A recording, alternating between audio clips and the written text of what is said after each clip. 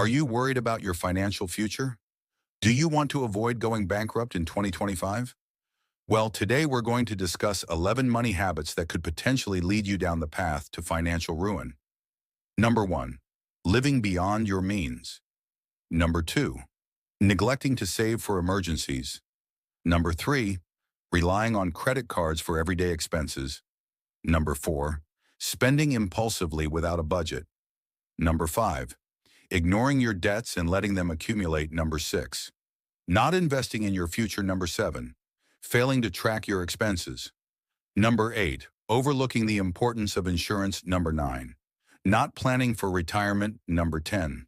Falling for get-rich-quick schemes. Number 11. Not seeking professional financial advice when needed. These 11 money habits may seem harmless now, but they can have serious consequences in the long run. By breaking free from these habits and adopting healthier financial practices, you can set yourself up for a secure financial future. Remember, it's never too late to change your financial habits and start building wealth for the future. By being mindful of your spending, saving diligently, and seeking guidance when needed, you can avoid the pitfalls that lead to bankruptcy. So, take charge of your financial future today and start making smart money decisions. Your bank account will thank you in 2025 and beyond.